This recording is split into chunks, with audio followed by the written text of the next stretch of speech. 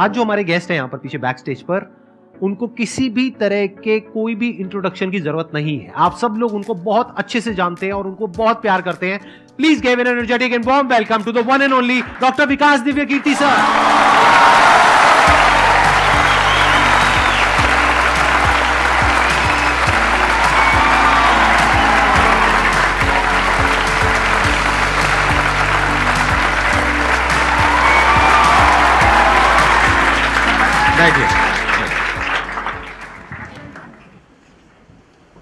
मैं सबसे पहले आपको धन्यवाद देना चाहता हूँ धन्यवाद आपका आने के लिए। Thank you so much. क्योंकि जब से मैंने सीरीज शुरू करी है तब से हमारे कमेंट सेक्शन में कोई भी एक भी ऐसा वीडियो नहीं है जहां पर आपका नाम ना लिखा हो। कई बार मुझे ऐसा लगता है देख करके कमेंट सेक्शन को कि ये मैं अपने चैनल पे आया हूँ या आपके चैनल पे हूँ। मैं सोशल मीडिया पे बहुत कम एक्टिव रहता हूँ तो मुझे आइडिया नहीं था इस बात का, पर मैं थैंकफुल हूँ कि आपने बुलाया, इस लायक समझा कि मैं यहाँ पर आऊँ। सर प्यार बहुत करते हैं बच्चे आपको, मतलब इतना प्यार है जिसकी कोई हद नहीं है। मैं ठीक कह रहा हूँ गलत कह रहा हूँ? यस और नो?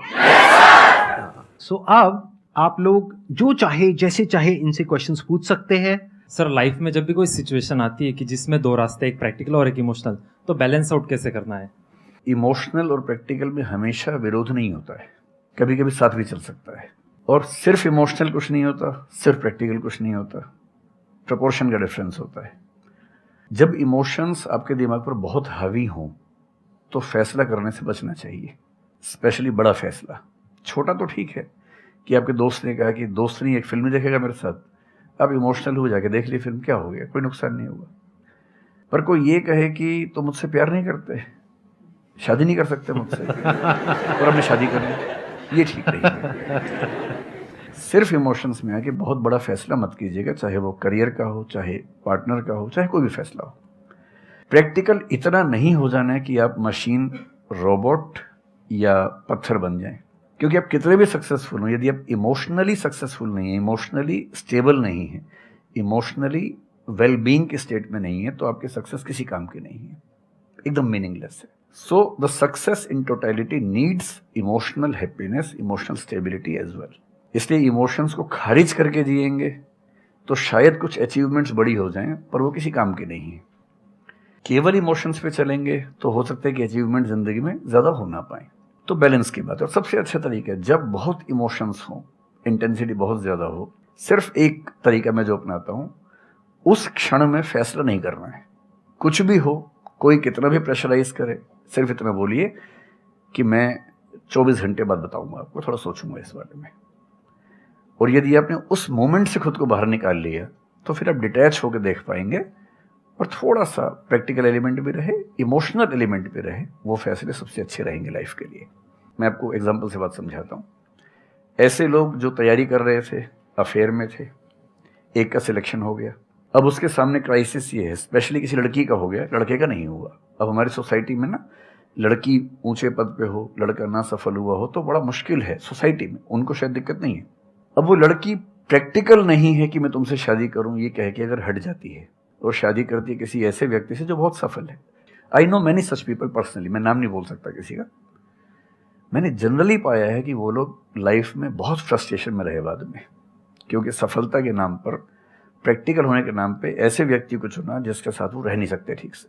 और मैं ऐसे कई लोगों को जानता हूं जो आईएएस बने, IPS बने, जिनको करोड़ों रुपए के दहेज के ऑफर्स आए, साफ ठुकरा के कहा कि मैं जिंदगी एक ही व्यक्ति के साथ गुजार सकता हूं जो मेरे साथ है, और हैं, बहुत खुश हैं।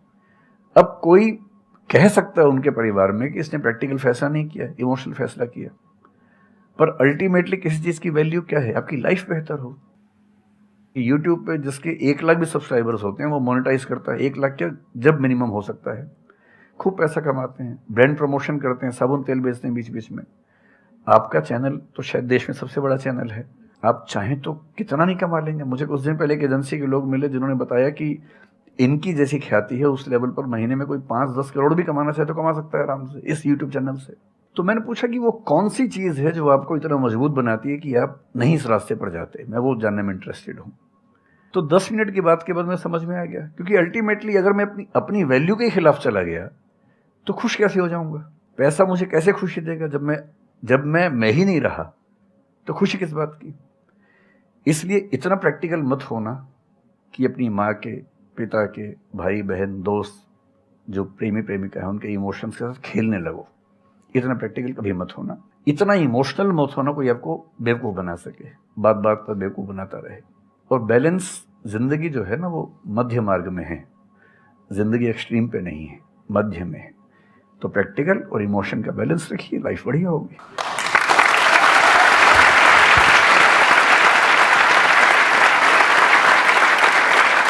आपने सर इतने अच्छे से एक्सप्लेन किया, मेरे पास में कुछ है ही नहीं बोलने के लिए। यूजुअली मेरे पास में कुछ होता है ऐड करने के लिए, लेकिन आपने पूरा ही उसका ऐसा निचोड़ निकाल दिया। आपने YouTube पे इतना बोला कि सच में नहीं बचा होगा आपके पास। 6-7 साल पहले की बात है, मेरी एक स्टूडेंट थी जो सुसाइडल टेंडेंसी की शिकार थी उस समय। उसके घर में कुछ ऐसी ट्रेजेडी, उसकी मदर की डेथ हुई थी, और एक ऐसी ट्रेजेडी जो बहुत ही रेयर किस्म की ट्रेजेडी है, जो शेयर करना ठीक नहीं है यहाँ। तो वो मेरे पास आई और मुझे लगा कि आज मैं पहली बार किसी ऐसे व्यक्ति से बात करूं जो डिप्रेशन में है और सुसाइड कर सकता है अगले 1-2 दिन के अंदर अंदर। अब मैं परेशान था कि मैं कैसे मैनेज करूं, और मुझे मोटिवेशन की ऐसी जानकारी उस समय तो बिल्कुल नहीं थी, बाद में थोड़ा बहुत पढ़ा। तो मैंने उससे कहा कि अच्छा तुम घर जाओ, मैं कुछ देखता हूँ। फिर मैं घर गया, नेट पे सर्च करना शुरू किया। करते करते मुझे आपका एक वीडियो मिल गया, अनस्टॉपेबल, शायद कुछ आपने एक वो बनाया था उस समय। तो मैंने वो थोड़ा सा देखा, 10 मिनट का। मुझे लगा कि ये जो है ना, ये इंजेक्शन है किसी मतलब डिप्रेस्ड व्यक्ति को तुरंत मोटिवेट करने के लिए। तो मुझे ध्यान है कि मैंने उसको वीडियो का लिंक भेजा। मैंने कहा देखो, जिंदगी अपने रास्ते पे चलेगी, ठीक हो जाएगी। जब जब मूड ऐसा हो, बहुत डिप्रेसिंग हो, सुसाइडल मन करे, उस समय वीडियो देखना ध्यान से, और कम से कम उस बुरे फेज से बाहर निकल जाओगी। और फिर मैंने वो वीडियो अपने फैमिली में भी 2-3 बच्चों को भेजा, जो बच्चे उस क्राइसिस में होते थे। तो मैं बहुत थैंकफुल हूँ, उन सब बच्चों की जान बचाने में क्या बात कर बड़ी भूमिका है। Thank you so much sir, it means a lot to me. ये तो आपने बहुत बड़ी बात कह दी सर, मेरे लिए बहुत बड़ी बात है। नहीं, कई बच्चों की जान बचाई होगी आपने जरूर। जो वो एक मोमेंट होता है, उस मोमेंट में कोई बचा ले तो लोग बच जाते हैं, वो मोमेंट क्रॉस हो जाए तो फिर चीजें बिगड़ जाती हैं। हेलो सर, नमस्ते। नमस्ते सर, बोथ ऑफ यू, मैं हमेशा से आप दोनों की बहुत फैन रही हूँ। मुझे बस ऐसा लग रहा है कि मैं सपना देख रही हूँ, मेरे लिए रियलिटी नहीं है। मुझे बस आपसे ये जानना, मैं हर मतलब एवरी डे 8 से 10 आवर में पढ़ाई करती हूँ, बट मुझे कभी कभी बहुत डिमोटिवेशन आ जाता है कि होगा नहीं होगा, क्या होगा पता नहीं। देखिए, डिमोटिवेशन अगर आपको दिन भर में 1 घंटे आता है। नहीं सर, ऑलमोस्ट टाइम पढ़ाई करने के बाद 2-3-4 दिन के बाद ही होता है। हाँ, कंटिन्यूअसली अगर महीने में 4-5 बार आता है और 1-1 दिन के लिए आता है, तो इसका मतलब आप एकदम ठीक हैं। अगर कोई व्यक्ति आपको ये कहे कि मुझे डिमोटिवेशन कभी नहीं होता, तो उसको इलाज की जरूरत है। आपको जरूरत नहीं है, क्योंकि जब आप अपने से बेहतर व्यक्ति को देखेंगे, आपको थोड़ा सा इंफीरियरिटी कॉम्प्लेक्स आएगा, डिमोटिवेशन आएगा। जब आप अपने से कमज़ोर को देखेंगे, आपको सुपीरियरिटी कॉम्प्लेक्स आएगा, थोड़ा सा मोटिवेशन ज़्यादा हो जाएगा। जिस दिन टारगेट पूरा हो जाएगा, मोटिवेशन आ जाएगा। जिस दिन टारगेट पूरा नहीं होगा, डिमोटिवेशन आएगा। जिस दिन टेस्ट में आपके मार्क्स अच्छे आएंगे, आप मोटिवेशन के साथ लौटेंगे। जिस दिन खराब आएंगे, डिमोटिवेशन होगा। लेकिन ध्यान रखिए, जिस दिन आप मोटिवेटेड हैं, उस दिन आप वजह बन गए कईयों के डिमोटिवेशन की। लगातार मोटिवेटेड होना एक मेंटल इलनेस की निशानी है, और लगातार डीमोटिवेटेड होना डिप्रेशन की निशानी है। इन दोनों से बचना है। तो डीमोटिवेशन की बहुत हाइप है, इतनी हाइप की ज़रूरत नहीं है। थोड़ा बहुत हो, एंजॉय कीजिए उसको। और जब जब लगे कि ज़िंदगी बहुत ख़राब चल रही है, तो मैं जो करता हूँ, अजीब सा लगेगा आपको, मैं कभी कभी शमशान घाट चला जाता हूँ। सच कह रहा हूँ, ये सुनी है आपने वीडियोस में भी कहा है। सच में चला जाता हूँ, या ट्रॉमा सेंटर चला जाता हूँ देखने के लिए। ट्रॉमा सेंटर में जाके 1 घंटा बैठ के आ जाइए, मोटिवेशन आ जाएगा। और शमशान घाट में जाके देख लीजिए कि हम जैसे हमसे कम उम्र के लोग वहाँ जल रहे होते हैं, तो लगता है हम जिंदा तो हैं। अगर मैं थोड़ा सा कॉग्निटिव लेवल पर बात करूँ, एक बहुत बड़ा साइकोलॉजिस्ट हुआ, उसका नाम है ब्रेंटानो, कभी सर्च कीजिएगा उसको। ब्रेंटानो ने ह्यूमन कॉन्शियसनेस को स्टडी किया, और उसने ये बताया कि ह्यूमन कॉन्शियसनेस की बेसिक नेचर है कि जो हमारे पास है वो हमें नज़र नहीं आता, जो नहीं है वो नज़र आता है। तो the consciousness of lacking something is the nature of human consciousness. इसलिए इसी बात को एक शेर में, बहुत प्रसिद्ध शेर में कहा गया है, दुनिया जिसे कहते हैं जादू का खिलौना है, मिल गया सो मिट्टी है, नहीं मिला वो सोना है।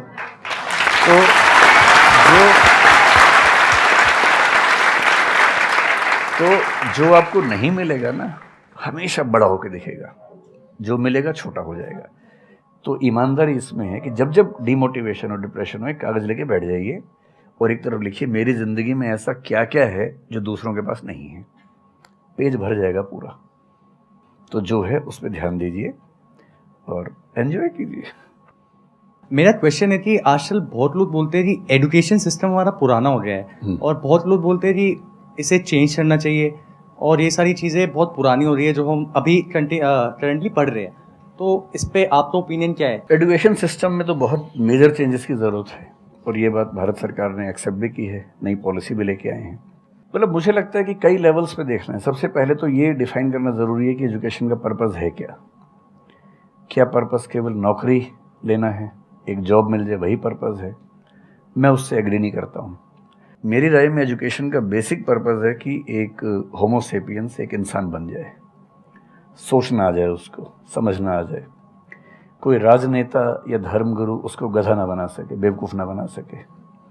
उसे इतनी समझ हो कि वो चीज़ों को फैक्चुअली, ऑब्जेक्टिवली समझ सके, तर्क कर सके, बहस कर सके, और अगर तर्क और बहस में सामने के तर्क ठीक हैं तो उनको एक्सेप्ट भी कर सके, इतना विनम्र भी रहे। बेसिकली पर्सनैलिटी ग्रूमिंग का प्रोसेस एजुकेशन है, वो केवल नौकरी का मामला नहीं है। पहली गलती तब होती है जब हम उसको केवल नौकरी का मामला मान लेते हैं। मतलब नौकरी ज़रूरी है, ऐसा नहीं कि ज़रूरी नहीं है, लेकिन वो सिर्फ वो उसका पर्पज़ नहीं होना चाहिए। सेकेंडली, कई ऐसी चीज़ें, जैसे अगर बहुत विस्तार में तो नहीं जा सकते, जैसे एक बहुत छोटी बात है सेक्स एजुकेशन हमारी सोसाइटी में। ये इतनी ज़रूरी चीज़ है। स्कूल में जो एडोलेसेंस की एज के लोग हैं, 12, 13, 14 की एज के लोग हैं, उनको वो सब चीज़ें बताएं ताकि गलत सोर्सेज से इन्फॉर्मेशन ना मिले, कोई गलती ना कर बैठें। हेल्थ एजुकेशन के रूप में हो, उनको सारी चीज़ें पता हों, ठीक हाथों से पता हो, ठीक तरीके से पता हो। फिर मेरा ख्याल है कि जैसे IITs में अब तो होने लगा है, पहले क्या था कि हम टेक्नोलॉजी सेंट्रिक एजुकेशन पर ज़्यादा फोकस करते थे कि आपने मशीन को समझ लिया, तकनीक को समझ लिया, हो गया, इंसान को नहीं समझा। टेक्नोलॉजी पढ़ने वाले लोग समाज और इंसान से एकदम कटे हुए थे। अब तो ह्यूमैनिटीज़ के कुछ सब्जेक्ट्स पढ़ाने की परंपरा शुरू हो गई है। एक होलिस्टिक एजुकेशन हो।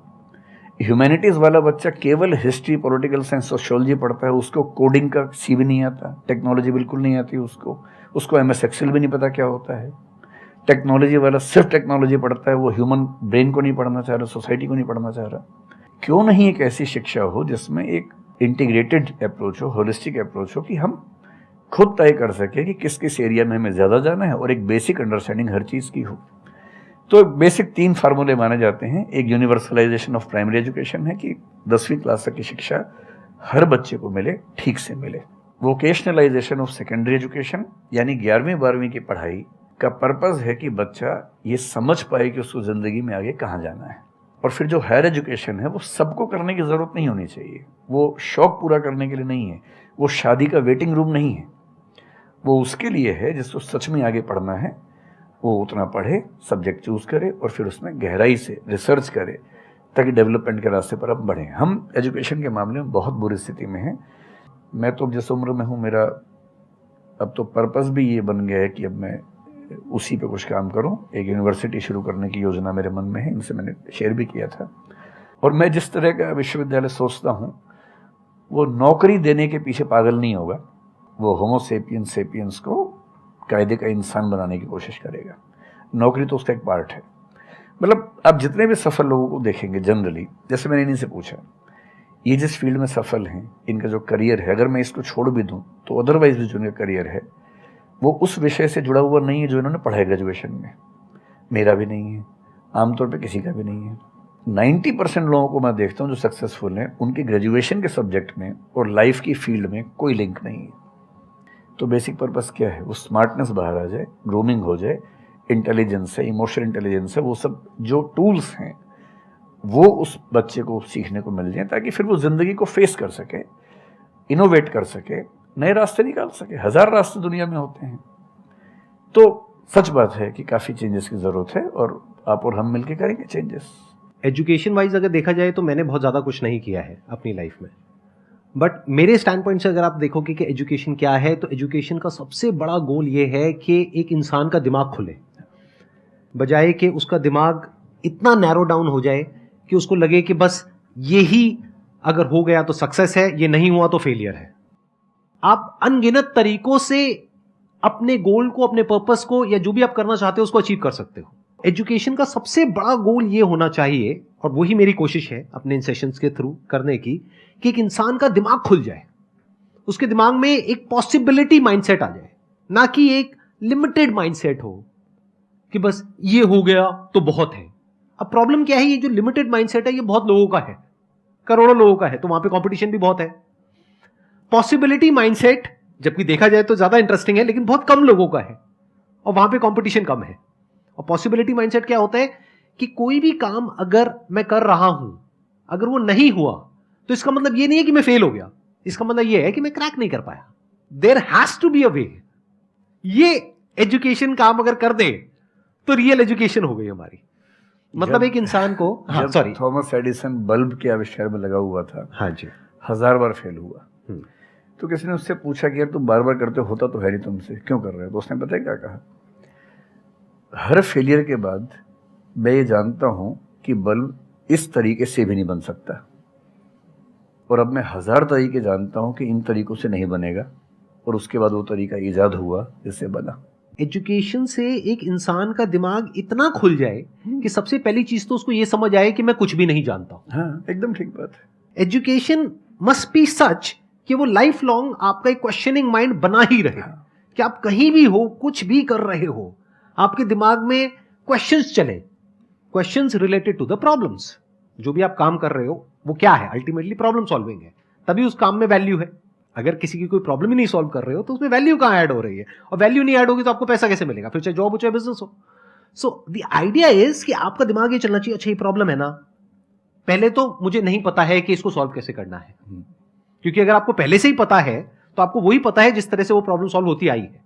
That may not be relevant in today's context, but still आप उसको उसी तरह से सॉल्व करोगे जिस तरह से सब कर रहे हैं। वहां पर कंपटीशन है, फिर आप कहोगे कि कुछ हो नहीं रहा है।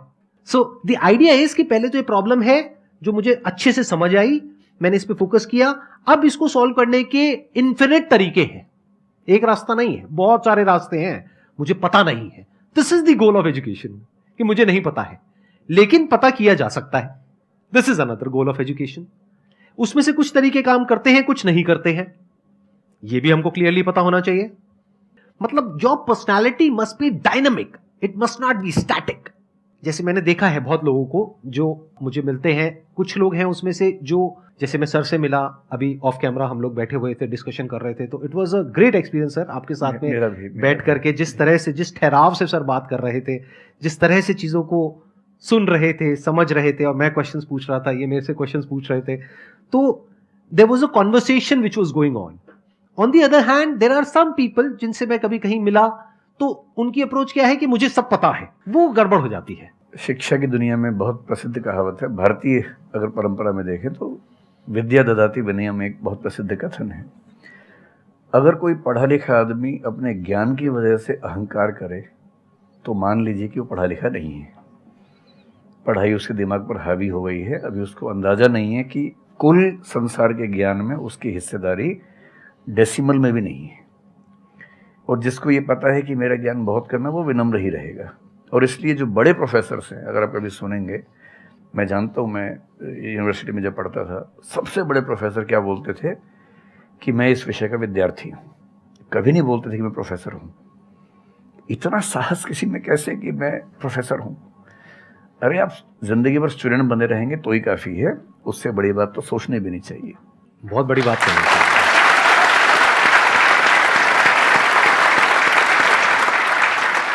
मतलब कि एजुकेशन का गोल आपको प्रोफेसर बनाना नहीं है, आपको स्टूडेंट बनाना है।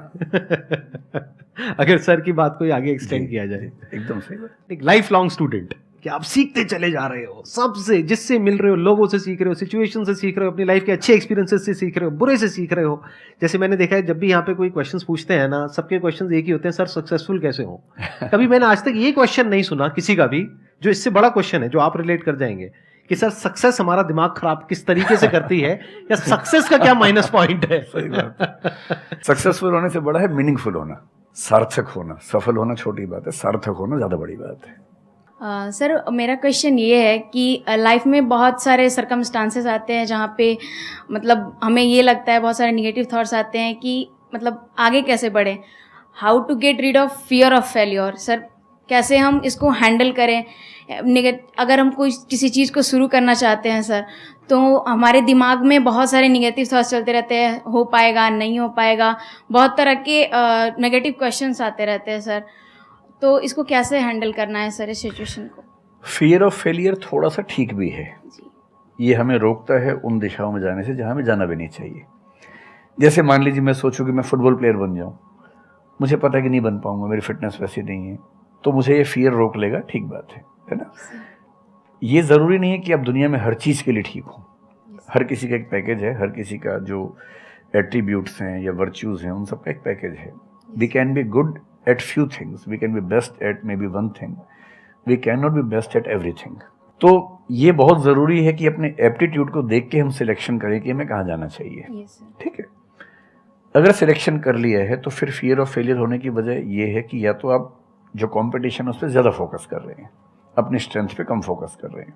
मेरे ख्याल से स्ट्रेंथ पे फोकस करना, कुछ अच्छे लोगों की कंपनी में रहना जो थोड़ा सा मोटिवेट करते हों, अच्छे दोस्त हों, लगातार मनहूस टाइप की बात ना करते हों, ऐसे लोगों के साथ रहना, कुछ रिक्रिएशनल एक्टिविटीज़ उससे बाहर निकल के थोड़ा खेलना कूदना, मतलब फिजिकली फिट रहना, वो सब रहेगा तो हार्मोन्स जो हमारे दिमाग में आते हैं उससे, फिजिकल एक्टिविटी से, जो एंडोर्फिन्स वगैरह हैं, हैप्पी हार्मोन्स हैं, डोपामाइन वगैरह है, वो रिलीज़ होते रहें तो हम वैसे भी बहुत फियर से बचे रहते हैं। और अंत में मेरा तरीका ये है कि अगर मैं कुछ नहीं करूँगा तो फेल होना तय है, करूँगा तो चांस है कि फेल होऊंगा या पास हो जाऊंगा, तो नहीं करने में तो तय है कि फेल हो गया, तो क्यों नहीं चांस ले लेते हैं। और एक जगह फेल होऊंगा तो तय मान के चलिए कि दूसरी जगह मेरे फेल होने के चांस कम होगा, क्योंकि मुझे एक एक्सपीरियंस है प्रयास करने का और फेल होने का, और वो एक्सपीरियंस किसी ना किसी क्वांटिटी में हर फील्ड में काम आता है, मैच्योरिटी आपके अंदर आती है। और मैं एक शेर अक्सर यूज़ करता हूँ, बहुत बहुत प्रिय शेर मुझे है, और मुझे सच में लगता है कि ज़िंदगी को जीना बहुत आसान काम है, मुश्किल काम नहीं है। असली बात है कि आप प्रयोग करें, कोशिश करें, और हार जाएं तो दूसरी कोशिश करें। और मैं इसीलिए एक लाइन हमेशा बोलता हूँ, क्यों डरे ज़िंदगी में क्या होगा, कुछ ना होगा तो तजुर्बा होगा।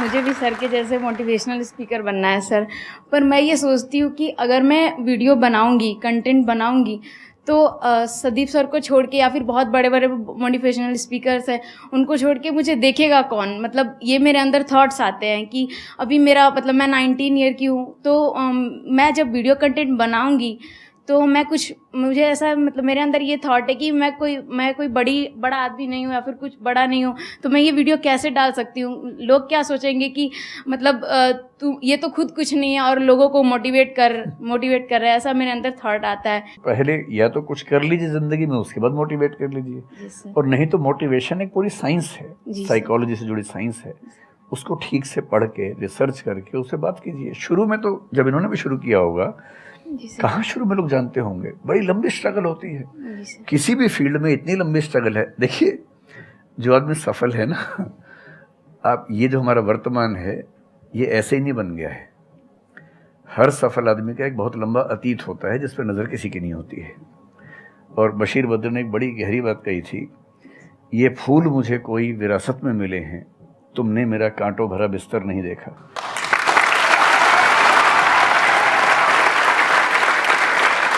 कितने साल तक ये लहूलुहान हुए होंगे, रोज़ छिला होगा शरीर, तब जाके लोगों ने पहचानना शुरू किया होगा।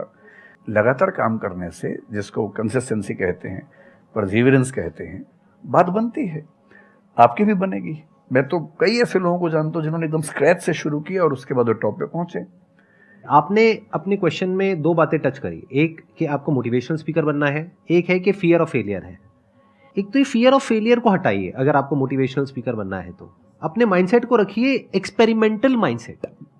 आप ये समझिए life is like an experiment. एक साइंटिस्ट का माइंड कैसा होता है, वो ये थोड़ी ना सोचता है कि मैंने ये एक्सपेरिमेंट किया, ये फेल हो गया तो क्या होगा। उसको पता है failure is the part of success.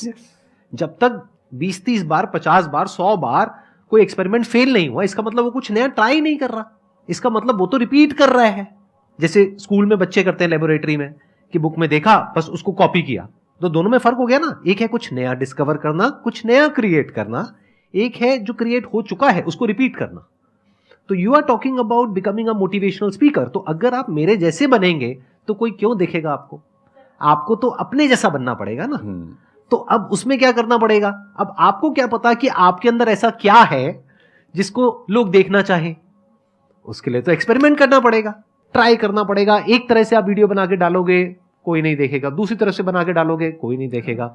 फिर तीसरी तरह से, फिर चौथी तरह से। हो सकता है 6 महीने बाद, 1 साल बाद, 2 साल बाद जा करके कहीं थोड़ा सा कुछ ऐसा क्लिक हो जाए जो हो सकता है आपको लग रहा था कि शायद ये नहीं होगा और वो क्लिक हो जाए।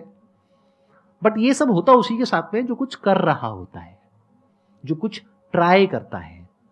जैसे ट्राई करोगे तो हो सकता है हो जाए, नहीं करोगे तो पक्का है नहीं होगा, जैसा भी सर ने थोड़ी देर पहले कहा था।